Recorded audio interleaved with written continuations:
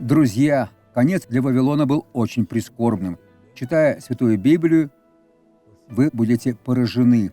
Это царство, которое заставляло дрожать весь мир, вскоре после того, как захватило Иудею, дорого поплатилось.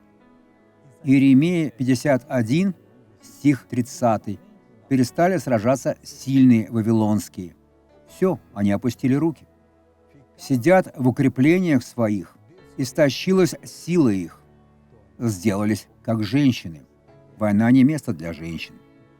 Война для мужчин, которые сражаются до последнего и не сдаются. Жилища их сожжены, затвор их сокрушены.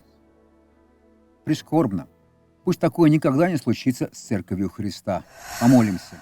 Отец, мы просим силы, чтобы сопротивляться, чтобы выполнять Твою волю. Нам следует подвязаться добрым подвигом, совершить течение и сохранить веру. Отец, это наша цель. Помоги нам. Пусть каждый человек будет благословлен во имя Иисуса. Аминь.